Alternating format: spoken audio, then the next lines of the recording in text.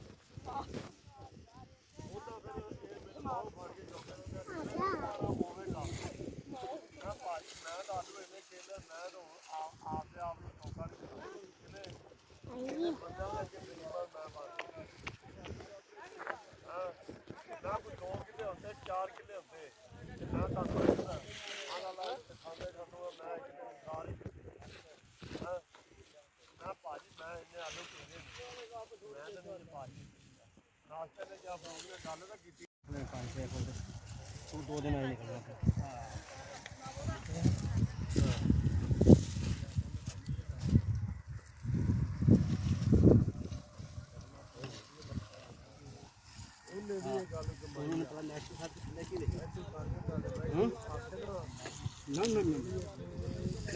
सब तो बड़े झूठा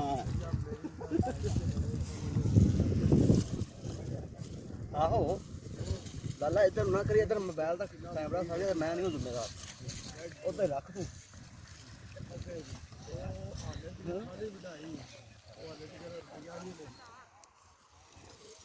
तू ਉਹਨੇ ਕਿਹਾ ਕਿ ਮੈਂ ਹਾਜੀ ਘੁੱਟ ਵੀ ਇਹ ਗੱਲ ਨੂੰ